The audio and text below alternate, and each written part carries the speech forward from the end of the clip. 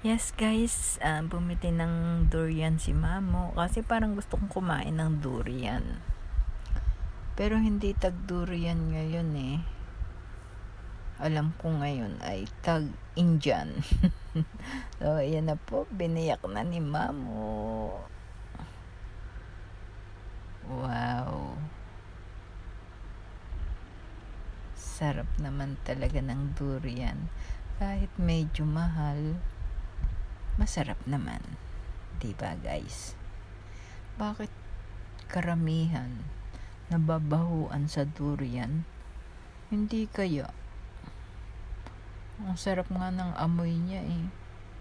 Kaya damay-damay na lang kami ng mga boss ko dito sa amoy.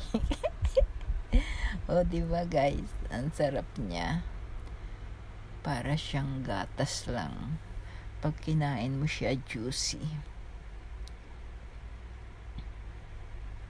Kayo ba kumakain din ng durian? Taas po ang kamay ng kumakain ng durian. Samahan niyo po akong kumain ng durian. Thank you for watching.